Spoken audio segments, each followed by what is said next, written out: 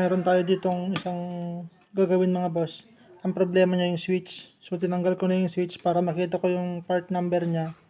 Then nag-order ako mga boss. Ito na siya, yung bago nating replacement na switch ng grinder. Mga boss, madali lang itong palitan mga boss. Kasi ito sira na. Ayan, mapapansin nyo. Hindi na siya effective. So ito, ganito yung bago. So madali lang palitan ito mga boss. Dalawa lang naman yung gagawin. Dalawang wire lang. Ayan, tanggalin natin.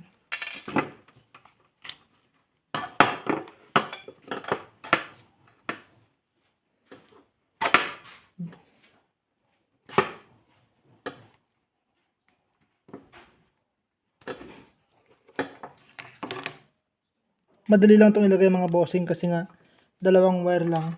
Ang titignan nyo lang pag ibabalik nyo na ay ang sign na yan, oh.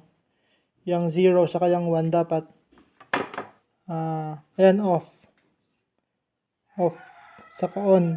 Dapat pag off nakalagay sa may 0, pag on dun sa may 1. Ito na mga boss, ganyan lang ilagay ito, yung isa, tapos itong isa naman sa may kabila.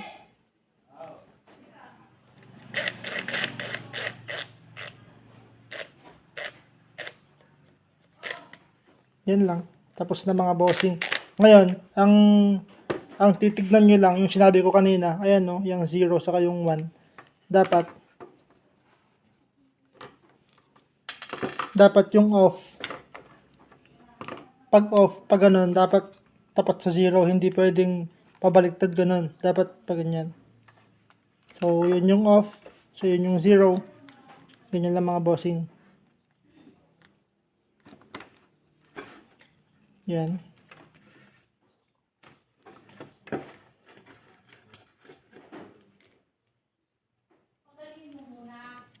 So, yun na. Tapos na mga boss. Balik na natin.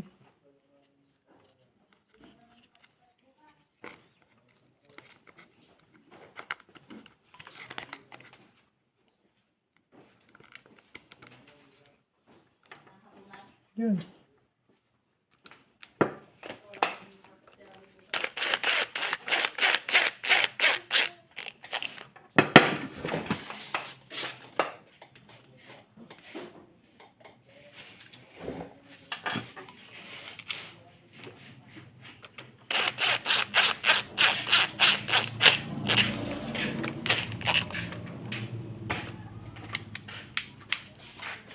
Tapos, subukan natin mga boss.